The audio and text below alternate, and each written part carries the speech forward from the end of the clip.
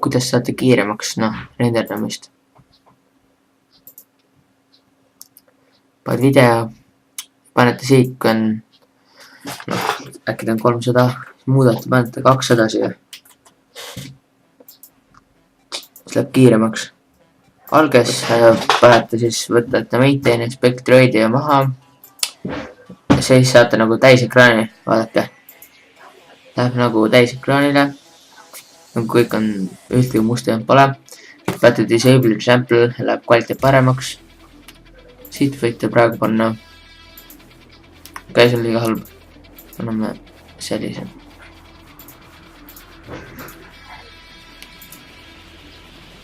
Ja ma näitan teile ühe lihtsama aegruubiga ära.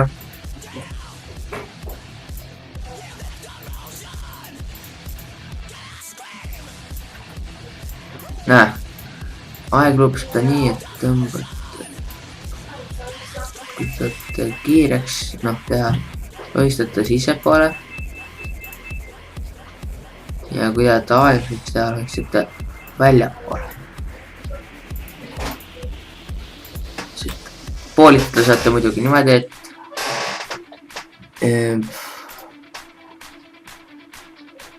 split S, selle saab S-iga kasutada,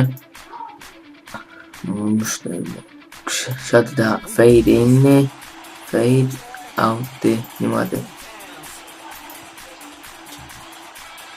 Siis vaatate ise, kas tahate teha niimoodi, hästi suure fade inni.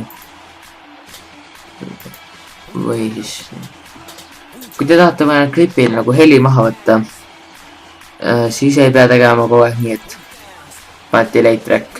See on väga mõttetu.